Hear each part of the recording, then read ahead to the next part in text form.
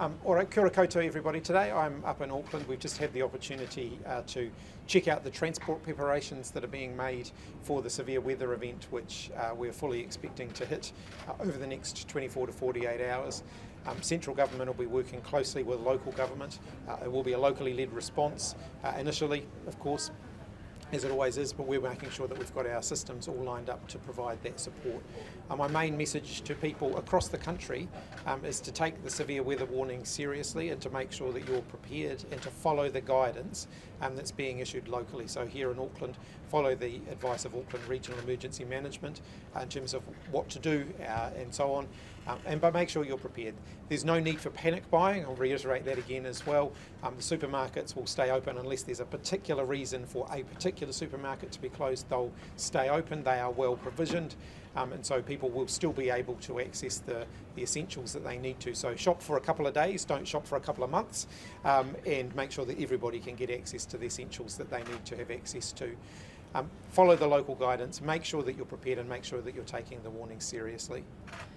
Prime Minister, there was some criticism last time Auckland was hit with a weather event around local government response preparation comms. Are you satisfied with the level of preparation and communications this time around? Central and local government have been working very closely together to prepare for this event and also to make sure that the early lessons that can be captured from our response a week or two back can be incorporated into the planning for this one. Prime Minister, the North has seen power outages. We've just heard 6,000 homes currently are without power. What sort of support can you offer to get infrastructure back up and running in that area? Yeah, I know the electricity companies will be working very, very speedily to try and get electricity restored where it has been disrupted. It does happen from time to time, and again, it's a good point to, it's a good opportunity to reiterate to the message to people to be prepared for that. It can happen in severe weather. You can lose electricity for a period of time. The electricity companies will work very hard to get that power back on. But make sure you've got, a radio, for example, where you can get updates from. Keep your phones charged. Make sure you've got a way of keeping in touch. Prime Minister, have you got any thoughts or had advice around schools opening on Monday and Tuesday? The ultimate decision around whether to open is one for schools and similarly for businesses as well, and they'll make judgments on that. I'd encourage them to follow the guidance, particularly consider issues around transportation and also around the fact that, with severe weather, it's not just a question of whether it's safe to be at school, it's also the question of getting to and from school. And we don't want kids to end up being marooned at school, for example. So schools will make those decisions based on the guidance that's being issued and based on the actual situation with the weather. Which is a bit different from last time, isn't it, when the Ministry gave advice and said don't open. Is the government changing its response to the cyclone from last fortnight? We always keep these things under constant review. It is a bit different in the sense that the guidance by the Ministry was after the event while we were dealing with the aftermath of that and the significant disruption that caused. Now we're in an immediate response phase, and at this point, we will evolve and adapt the response as we go. But we always keep that under review. Who do you check in with NZTA around its communications? Is that another change that you'd like to see from a fortnight ago, a more 24/7 response right here? Oh look, I'm absolutely confident from the briefings that we've just had that there'll be a 24/7 transport response, and one of those things will be making sure that the communication channels are open and that people know exactly what's happening. Prime Minister, is there an update on support packages for businesses who were affected in the floods? Oh, look, it's still far too early to think about what kind of support we might need after this event. At this point, our focus is on getting people through the event. We know that we're going to get some pretty heavy weather in the next 24 to 48 hours, and then after that, we'll have the opportunity to consider how best to respond and how best to support the recovery from that, depending on what happens. Prime Minister, do you have confidence in Mayor Wayne Brown's leadership heading into another really severe weather event for Auckland? As I've said previously, I'm not going to get into those kind of conversations. It's not really my role to do that.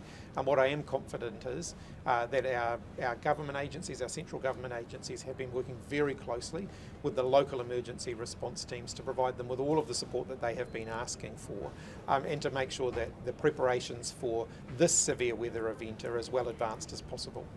The Coromandel region looks like it may again be cut off. Do you have a message for citizens of Coromandel for the next 24, 48 hours? My message is for the residents of the Coromandel is the same for everywhere around the rest of the country. Severe weather is on the way. Weather is notoriously unpredictable, so we don't know exactly what that severe weather is going to entail, but everyone across the country should be prepared for that. So make sure that you've got your grab and go kits, make sure you know where you need to go in the event that you have to evacuate your homes. Make sure you've got your basic supplies, make sure you've got a plan in place for your pets and animals. Follow that local guidance. The emergency team across the corridor said it was good that there were less cars on the road. People were taking advice to stay home if they can.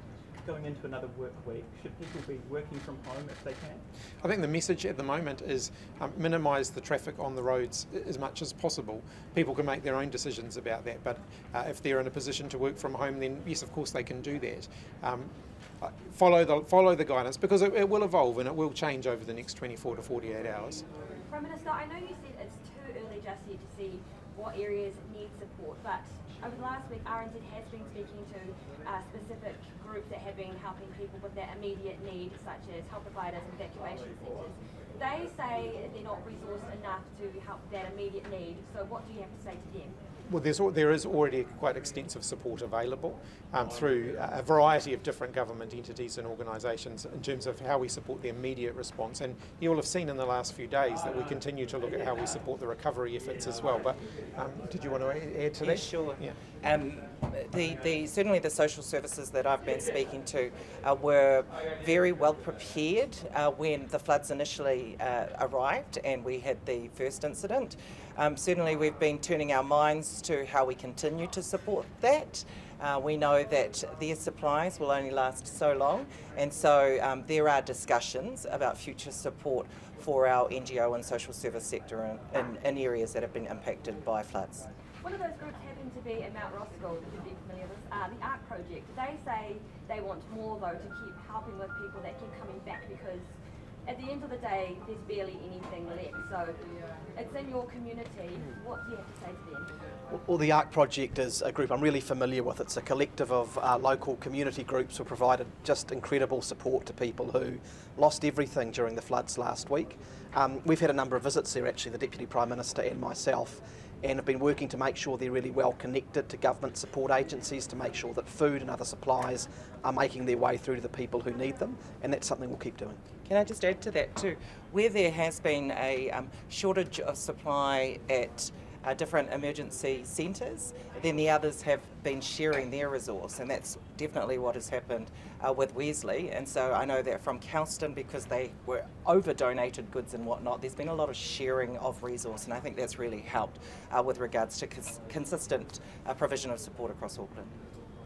Just a question for the Minister for Auckland. Minister, how important is it that Mayor Wayne Brown fronts media questions to give people in Auckland confidence that there is leadership, comfort, going into this event?